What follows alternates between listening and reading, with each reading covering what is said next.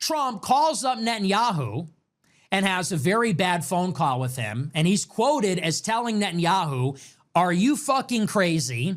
I kept you out of prison. You're going to make everybody hate Israel. What the fuck are you doing in Lebanon?" This is the conversation. And according to anonymous sources, they say that he was screaming, he was furious. This was reported in the American press and in the Israeli press. And this went out to the public. And what is the purpose of this story getting out there? Because there's sort of two developments inside of this, which is one, the phone call happened, and two, the administration wanted everybody to know that it happened. It's really two stories, which is that one, there is some real tension between Netanyahu and Trump. But secondly, Trump wants that to be public. Why does he want it to be public? Because he wants to embarrass Netanyahu. Embarrass Netanyahu to who? To us? No, he doesn't care about that. He wants to make Netanyahu look bad to the other Israeli ministers. He wants to make Netanyahu look bad to the Israeli public. Why? Because Israeli elections must be held before late October of this year. And if the Israeli prime minister is seen as messing up the U.S.-Israel relationship, then that person becomes deeply unpopular. Because the U.S.-Israel relationship is Israel's most important relationship. So the Israelis are going to look at Trump and Netanyahu, and they're going to say, "Netanyahu, why is our top goy mad? Why is King Goy mad? Trump is your slave. He's doing everything for us. He is the most pro-Israel president. If King Goy is not happy, you're fucking up. Why is our Goy, why is King Goy not happy? Why is our golem throwing a temper tantrum on the phone? What did you do to piss this guy off? This guy has given us $25 billion in aid. He gave us Iran. He gave us Gaza. He gave us the West Bank. What did you do to upset this guy? You're messing everything up." And this is to make Netanyahu unpopular before the Israeli elections. Why? Because Trump is actually trying to leverage Netanyahu into stopping the fighting in Lebanon so that Trump can make a deal with Iran. Trump is basically saying, look, I'm fighting this war for you. And he's basically said that explicitly in public. He has said to the press, who is this war even for? It's for the Gulf countries and Israel. Trump has literally said it to the press. We are fighting this war on behalf of Saudi Arabia, Qatar, the UAE, Kuwait, Bahrain, and Israel. He says, so why the fuck aren't they helping us? Why is it on us to open up the strait? It's their oil. Why is it on us to finish the job and destroy Iran? It's their airports and hotels and desalinization plants that are getting hit with drones and missiles. So what are they doing?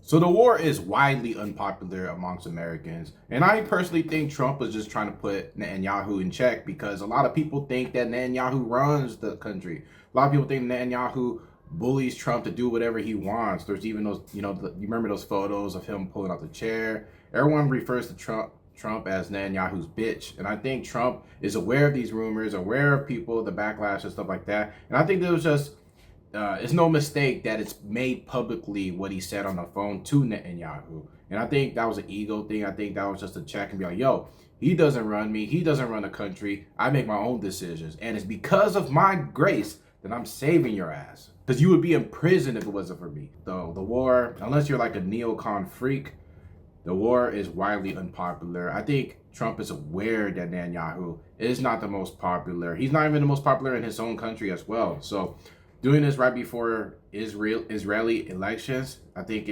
everything's calculated. Everything that Trump does is very calculated, and I think Nick does make a point. There's a strategy behind all this, and Israel is notorious for messing up negotiations, breaking ceasefire, all the above, And Trump is also saying, by the way, this war is also ruining my favorability and approval rating. His approval rating is lower than ever. They're getting killed in the generic ballot. They're going to lose the midterms. Gas is $5 a gallon. And so Trump is saying, why am I losing popularity fighting your war that you won't even help us win? And he goes to Israel, and how about you? You think you're going to sail to re-election? Well, my party is going to lose the lower chamber? I don't think so.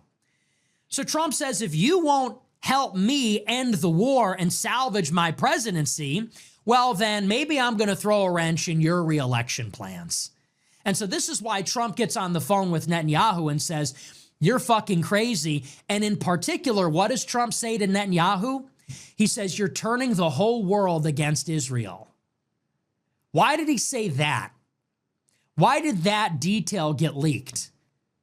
Well, who cares? Who cares if the whole world turns against Israel?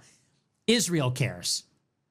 That's who cares. America does not care about this news. Iran does not care about this news. Russia does not care about this news. But if that detail in particular gets leaked, that Trump is telling Netanyahu, hey man, you're on your own.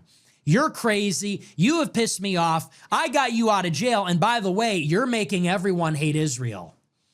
The whole world already hates Israel. You want me to hate Israel too?